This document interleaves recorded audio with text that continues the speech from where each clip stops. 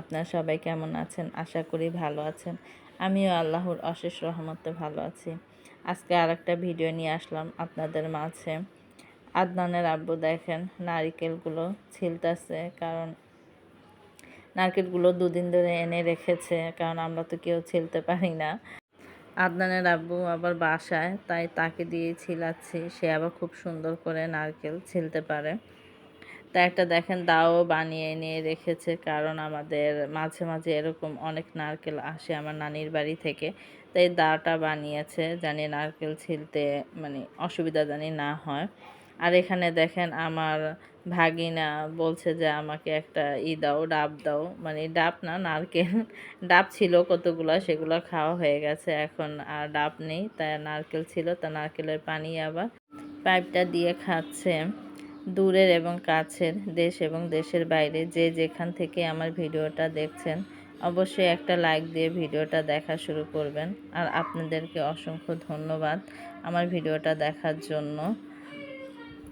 আর আমার ভিডিওর কোনো অংশ যদি আপনাদের কাছে ভালো লেগে যায়, তাহলে অবশ্যই আমার চ্যানেলটা সাবস্ক্রাইব করে দিয়ে আমার বন্ধু হয়ে পাশে থেকে যাবেন। এই তো আদনানের আব্বু নাস্তা খাচ্ছে। আজকে আর রুটি ঘরে বানাইনি, কারণ ঘরে মেহমান আছে, রান্না বান্না কিছু আছে।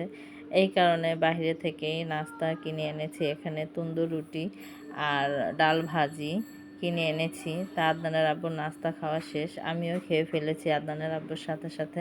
তা আমি আবার চা বানিয়ে নিয়ে এনেছি, এখন আদনানের আব্বু খাচ্ছে, আমারটাও এনেছি, আমিও খাবো।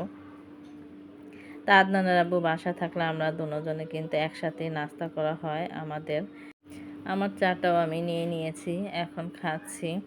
এত চা খাওয়া শেষ, অনেকক্ষণ একটু বসেছিলাম, নাস্তা খেয়েছি, তারপরে তো রান্নাঘরে রান্না করতে এসে পড়েছি। অবশ্য আমি সকালবেলায় মুরগির মাংস আর গরুর মাংসটা আমি সকালেই রান্না করে ফেলেছিলাম, কারণ তখন গ্যাস ছিল, দেখছিলাম যে ভালোই 10টা পর্যন্ত, তা তাড়াহুড়া করে রান্না করেছি। তারপর আমার গ্যাসটা চলে গেছে। তারপরে তো দেখেন এখন প্রায় 1:30টা বাজে, তো আমার গ্যাস এসে পড়েছে, তা আমি আবার রান্না করতে আসছি। এখন শুধু পোলাওটা রান্না করছি। গ্যাসের কারণে আপনাদের সাথে আমি রান্নাটাও ভালো মতো শেয়ার করতে পারি না, কারণ থাকে 10টা বা 9টা পর্যন্ত থাকে, তারপর আবার চলে যায়, আসে আবার মনে করেন প্রায় 1টা 2টো আর 1:30টা এরকম সময় আসে। তা আসলে আলহামদুলিল্লাহ তারপরও করতে পারি, রান্না করতে পারি। আর মনে করেন আমরা প্রায় 4-5 বছর পর্যন্ত আমরা অনেক গ্যাসের কষ্ট করেছি। সকাল ভোর 6টা বাজে চলে যেত, আসতো মনে করেন রাত্রে 12টায় 1টায়, তখন কি রান্না করা সম্ভব? তা এজন্য আমি কারেন্টের চুলাও কিনেছি। কারেন্টের চুলা অনেক সময় রান্না করতাম, অনেক সময় না, সব সময় রান্না করতাম। কিন্তু এখন আবার মনে করেন আমাদের বাসার পিছনে ফুল গ্যাস থাকে, ওখান থেকে তারা প্রত্যেক বাড়িওয়ালা মিলে মনে করেন এই গ্যাসটা ওখান থেকে টেনে এনেছে। তা আজকে 4-5 মাস ধরে, তা আলহামদুলিল্লাহ এখন একটু গ্যাস পাই। না তো আগে যে লাইন ছিল আমাদের, অনেকে মনে করেন আমাদের এই লাইনটা নেয়নি, কিন্তু তাদের বাসা মনে করেন যে গ্যাস থাকেই না, ওই আগের মতোই সকাল 6টা বাজে যায়, একবার রাতে 1টা 2টো বাজে আসে, আবার 12টা বাজেও আসে অনেক সময়। কিন্তু আমাদের মনে করেন এই পাশে থেকে লাইন টেনে এনেছে দেখে, আমাদের এই মহল্লাটার ভিতরেই আলহামদুলিল্লাহ আমরা গ্যাস পাচ্ছি, এখন একটু রান্না করতে পারছি।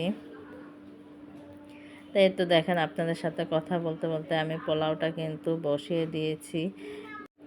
পোলাও চালের ভিতরে আমি পানিও দিয়ে দিয়েছি। এখন আমার পোলাওটা অর্ধেকের বেশি অংশ হয়ে গেছে। এখন আমি ধিমা চুলায় বসিয়ে দেব, এ কারণে তাওয়া দিয়ে দিলাম। আর গ্যাস তো এখন পুরাটাই বেড়ে গেছে, এখন কিন্তু 2টা বাজে, আমি যখন রান্না করছিলাম পুরা বেড়ে গেছে, এই কারণে আমি একটু দমে বসিয়ে দিলাম। তা আমার পোলাও হয়ে গেছে। এখন আমি তরকারিগুলো সকালবেলা তো রান্না করেছি, এখন সেগুলো একটু গরম করে নিচ্ছিলাম। আমি আজকে কক মুরগি রান্না করেছি। এই মুরগিটা দেশি মুরগির মতো একটা স্বাদ আসে, আর মনে করেন খুব শক্ত থাকে, তো খুব ভালো লাগে এই মুরগিটা খেতে। আমাদের বেশিরভাগই দেশি মুরগি আর সোনালি মুরগিটাই বেশি খাওয়া হয়। তা আমার মুরগির মাংসটা গরম হয়ে গেছে, এখন গরুর মাংসটাও গরম করে নিচ্ছি। সবাই এখন খেতে বসবে, প্রায় অলরেডি মনে করেন 2:30টা বেজে গেছে। এই তো আমি টেবিলে খাবার দিয়ে দিয়েছি। এটা হয়েছে গরুর মাংস, এটা মুরগির মাংস, আর পোলাও রান্না করেছি। আর বেশি কিছু করিনি, কারণ এগুলো দিয়ে খাওয়া হয়ে যায়। আর এখানে করে সালাদ আছে। তা সবাই খেতে বসে পড়েছে টেবিলে। এই তো আদনানের আব্বু, তারপর আমার মামাতো ভাই আদনান, সবাই একসাথে খাচ্ছে। ওদেরকে এখানে বসিয়ে দিয়েছি। তা আলহামদুলিল্লাহ খাবারটা খুব ভালো হয়েছিল, আর পোলাওটাও খুব মজা হয়েছিল। আদনানের আব্বু বলছে যে পোলাওটা আর মুরগির মাংসটা আমার কাছে খুব ভালো লেগেছে, কারণ ঈদের পরের থেকে মানে কুরবানি ঈদের পরের থেকে কিন্তু আমরা কিন্তু মানে গরুর মাংসটা খাওয়া হচ্ছে, মুরগিটা কিন্তু তেমনভাবে খাওয়া হচ্ছে না। তা মুরগির মাংসটা খুবই মজা লেগেছে। তা আদনানের আব্বু খাওয়া শেষ হয়ে গেছে। এখানে আবার আমার ভাগিনা বসেছে খেতে। ও রুমে বসেছিল, তারপর আবার ওরা এখানে বসছে দেখে বলছে আমি এখানে বসে খাবো, পরে আবার এখানে বসে খাচ্ছে। তা সবার খাওয়া হয়ে গেছে, আমরাও খেয়ে নিয়েছি। এখন বিকেলবেলা, আন্টিরা তো চলে যাবে সবাই, তাই সবাইকে নাস্তা দিচ্ছিলাম। এখানে আমার আব্বা একটা কাঁঠাল এনেছে।